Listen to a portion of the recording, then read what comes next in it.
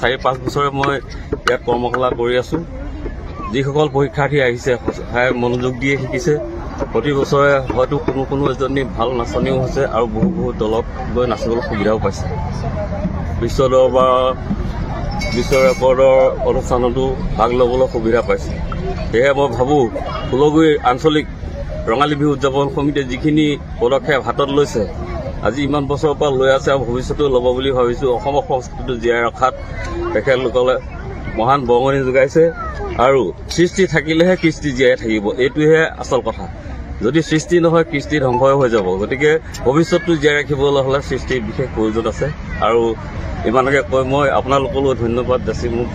আমি আজি ফুলগুৰি আঞ্চলিক বিহু আঞ্চলিক স্থায়ী কমিটিৰ উদ্যোগত আৰু উদযাপন সমিতিৰ সহযোগত যোৱা 17 মাৰ্চৰ পৰা 31 মাৰ্চ পৰ্যন্ত 15 দিনীয়াকৈ কৰ্মশালা আমি অনুষ্ঠিত কৰিছোঁ।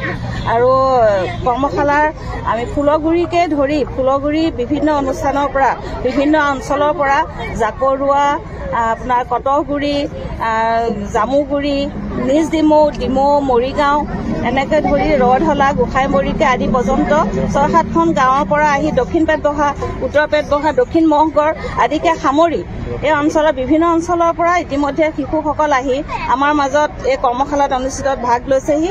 তেওঁলোকে আমাৰ 110ৰো অধিক ছাত্ৰ ছাত্ৰীয়ে ঢোল শিকা বা নাচনী সহ আমাৰ 110ৰো অধিক ছাত্ৰ ছাত্ৰী ইতিমধ্যে হৈছে। আৰু এই অনুষ্ঠানটোত আমি কিমান সাফল্যমণ্ডিত হ'ব পাৰিছোঁ নাজানো।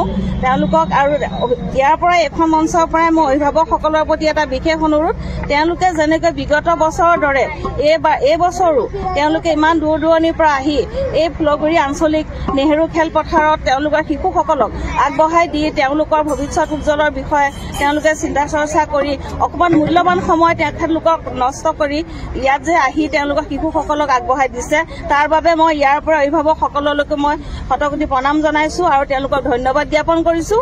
আৰু লগতে অহা 31 মাৰ্চত আমি সামৰণি অনুষ্ঠানটো ইয়াতে অকণমান বহলভাৱে পাতিম বুলি পেলাই ভাবিছোঁ। প্ৰশিক্ষণ দিছে আমাৰ জাগিৰোডৰ পৰা আমি তেখেতক প্ৰশিক্ষক বাইদেউ আনিছোঁ, মালা ডেকা বাইদেউ, আৰু লগতে আমাৰ ছাৰ ৰহাৰ প্ৰসেনজিৎ কোঁৱৰ দাদা, তেখেতো আহি আমাৰ মাজত আজি 13-11 দিনে আজি কষ্ট কৰি আছে। তেখেতলোকলৈ আমাৰ অশেষ ধন্যবাদ।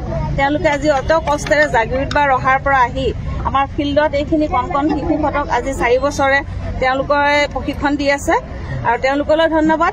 আৰু লগতে আপোনালোকে আহি এইখিনি আগবঢ়াই ইয়াত শিকাব পাই প্ৰশিক্ষণটো পাই মই দিব পাই ভালে পাইছোঁ, বহুত ভাল লাগিছে।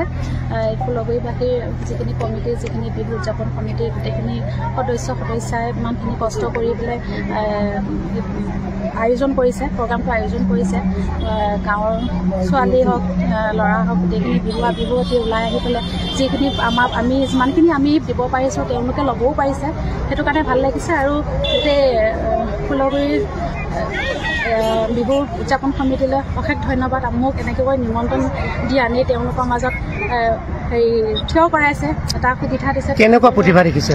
বহুত ভাল প্ৰতিভা, বহুত ভাল। যিমানখিনি কম দিনৰ ভিতৰত তেওঁলোক বহুতখিনি বিহুৱতীখিনিয়ে ভাল ল'ব পাৰিছে, ভালকৈ শিকিছে। তেওঁলোকে বহুতখিনি আয়ত্ব কৰিব পাৰিছে। বিহু নাম হওক, বিহু নাচ হওক, যোজনাৰ পৰা আদি কৰি ভংগীমা গোটেইখিনি তেওঁলোকে ধুনীয়াকৈ ল'ব পাৰিছে।